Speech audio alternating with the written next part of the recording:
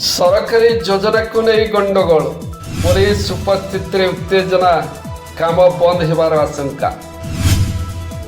Bhadrak Vasudevpur block Jagannath प्रसाद पंचायत मिश्रपुर सरकारी प्राथमिक विद्यालय नवीकरण उन्नति मान्यवर सांसद पाठ्य अधीन विकसित ओडिशा विकसित जिला योजनार अनुदान मंजूर होता।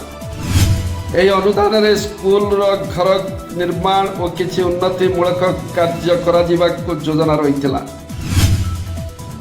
किंतु काम आरंभ होगा सहित किसी असामाजिक और खल प्रकृतिर व्यक्ति घटनास्थल में पहुंची विरोध प्रदर्शन करथिबा अभियोग होइछि। बाड़ी और खंडा धरी लोक मानक भयभीत करुवा दृश्य सामना को आसी। परिस्थिति अधिक उत्तेजनापूर्ण हेबारु नायकाड़ी पुलिस घटनास्थल में पहुंची स्थिति को नियंत्रण करथिले। वर्तमान सेठारे पुलिस मुतयन रहिथिबार सूचना मिली। एने स्थानीय सरपंच कहते सरकारी योजना माध्यम ग्रामर विकास काम करा जाउथिबा बेले केतेक लोक अनावश्यक भावे विरोध करी उन्नति कार्य को बाधा सृष्टि करुछंती। ग्रामवासी माने शीघ्र काम संपूर्ण करा जाई छात्र छात्री माने भल परिवेश रे पाठ पढ़िबार सुजोग पांतु बोली दाबी करिसंती। एही घटना को नहीं अंचल रे चर्चा जोर धरिथिबा बेले प्रशासन पक्षर शांति और समन्वय रक्षा पाई समस्त को आह्वान दिया जाइछि। वासुदेव कांडी सरपंच जगन्नाथ प्रसाद ग्राम पंचायत। आज्ञा आमर राज्य सरकार जो विकसित गाँ विकसित ओडिशा जो योजना अच्छी से आम पंचायत को 9 गोटी प्रकल्प मंजूर होती। मिश्रपुर जो रेवेन्यू विलेज अच्छी से रेवेन्यू विलेज को 5टी प्रकल्प आसी। 2टी प्रकल्प आमर जगन्नाथ मंदिर उन्नतिकरण निमंते आसी एवं गोटे स्कूल उन्नतिकरण पर आसी, गोटे कलभट आसी एवं गोटे कम्युनिटी सेंटर आसी। तेणु यही सब प्रकल्प आसला परे आमर सरपंच नेता जो मैंने अच्छा जिला स्तरीय आम मान्यवर एमपी पाखु जाइलु भेटी ये विषय परामर्श नहीं तापर आसिक आम कर्मी सहकर्मी जो मैंने अच्छा से स्कूल उन्नति निमंते फलक निर्माण करते एवं कलभटे करने फलक निर्माण करते। से फलक निर्माण पर आम पंचायतर अपोजिट गोष्ठी गोटे अच्छी से फलक पाखे आहरी जोर जबरदस्त फलक निर्माण करते। ये फलक निर्माण करने पर सेमानकर उग्र रूप टी धारण होता।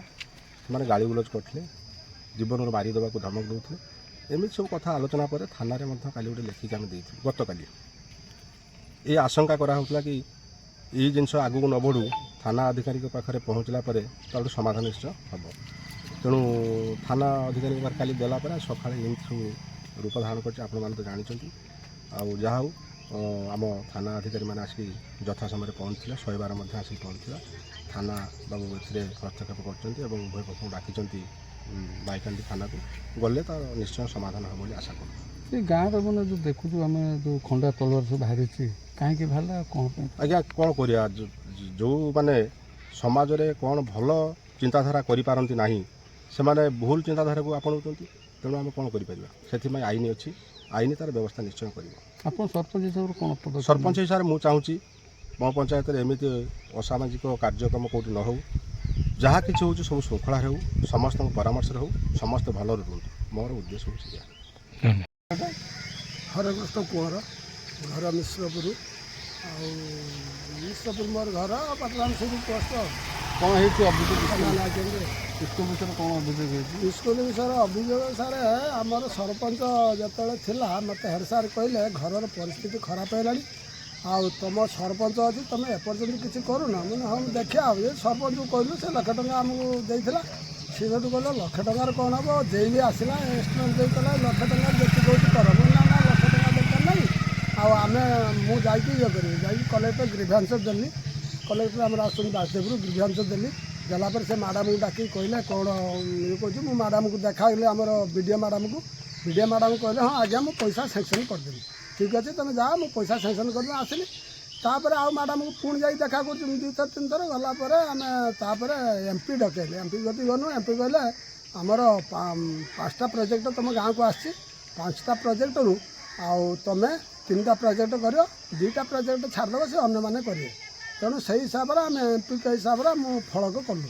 ଫଳକ କଲା ପରେ ତାପରେ ଏମାନେ ଯେ ଫଳକ ତୈଲୁ ଗଲୁ, ଏ ଯେଉଁ ଦୁର୍ବୃତ୍ତ ଲୋକ 10 ବର୍ଷ ଧରି ଖାଇକି ସ୍କୁଲକୁ ଏଇଭଳି ଅବସ୍ଥାରେ ପକାଇଛନ୍ତି, ସେଇମାନେ ଗାଳି ଗୁଲଜ କରିକି ଆମକୁ ଠେଙ୍ଗା ଆଉ ଭୁଜାଲି ବାଡ଼ି ଦେଖେଇକି ଆମକୁ ରଖୁଛନ୍ତି। ତମେ କି କାମ କରିବ ଭାଇ, ତମେ ଟଙ୍କା ଆଣିଛ ଆମେ କାମ କରିବୁ, ଏଭଳି ହିସାବରେ ଆଜ୍ଞା ଇଏ କଲେ। ତାପରେ ଆମେ ପୁଣି ଫୋନ୍ ମାଇନୁ ଯେ ଥାନାକୁ ଯାଇଥିଲି, ଯାଇକି ତାଙ୍କ ନାଁରେ ଏଫଆଇଆର୍ ଦେଲି। ଏଫଆଇଆର୍ ଦେଲା ପରେ ଥାନାବାଲା ଆସିଥିଲେ, ଆମକୁ ଆଜି ଡାକିଛନ୍ତି, ଆମେ ଯାଉଛୁ। ଥାନାରେ କ'ଣ ତାଙ୍କର ନିଷ୍ପତ୍ତି ନେବେ ଆମେ ସେଇଟା ଇଏ କରିବୁ। ଅପରପକ୍ଷେ କି କମ୍ପ୍ଲେନ୍ ଅପରପକ୍ଷ ହେଉଛି ହରେକୃଷ୍ଣ ଦତ୍ତ। ସେ 15 ବର୍ଷ ଧରି ରହିକି ଏ ଘର ସବୁ କରିଛି, ପୁରା ମାନେ ଜେନୁଇନ୍ ଭାବରେ ସେ ଘର କରିନାହିଁ। ସବୁ ଟଙ୍କା ଖାଇକି ଖାଲି ଛାତ ଗଳି ପଡ଼ିଲାଣି, ପିଲା କେତେବେଳେ ମରିଯିବେ। ଆପଣ ଚାହୁଁଛନ୍ତି କ'ଣ? ଆମେ ଚାହୁଁଛୁ ଆମର କାମଟାକୁ ଆମେ ସେ ଯେଉଁ କାମଟା କରିକି ଯାଇଛି, ଏଇ କାମଟାକୁ ଆମେ କରିକି ଭଲସେ କରିକି ପିଲାଙ୍କୁ ଭଲସେ ରଖିବା ପାଇଁ ଆମର ଲକ୍ଷ୍ୟ। ଆମରି ପିଲା ଅଛନ୍ତି, ଆମେ ପିଲାଙ୍କ ପାଇଁ ମଙ୍ଗଳ ପାଇଁ ଆମେ ଚାହୁଁଛୁ। ଯଦି ଆପଣ ଦାବି ନ ପୂରଣ ହେଲା ନହେଲେ ନାହିଁ, ପ୍ରଶାସନ ଯଦି ଆମେ ଦାବି ପୂରଣ ନ କରିବ ଆମେ ରହିବ, ନହେଲେ ଆମେ ପିଲା ଉଠେଇ ନେଇ ଅନ୍ୟ ଜାଗା ପଳାଇବ, କ'ଣ କରିବୁ? ତାହେଲେ ଆପଣ ମୁଖ୍ୟ ନିଷ୍ପତ୍ତି କ'ଣ ନେଲେ? ମୁଖ୍ୟ ନିଷ୍ପତ୍ତି ଆମେ ଏ କାମଟାକୁ ଭଲସେ କରିବୁ। ସେ 15 ବର୍ଷ ଧରି ଯେଉଁ କାମଟା କରିଛି ଆମେ ତାର ପୁନରୁଦ୍ଧାର କରି ଭଲ ଭାବେ କାମ କରିବୁ।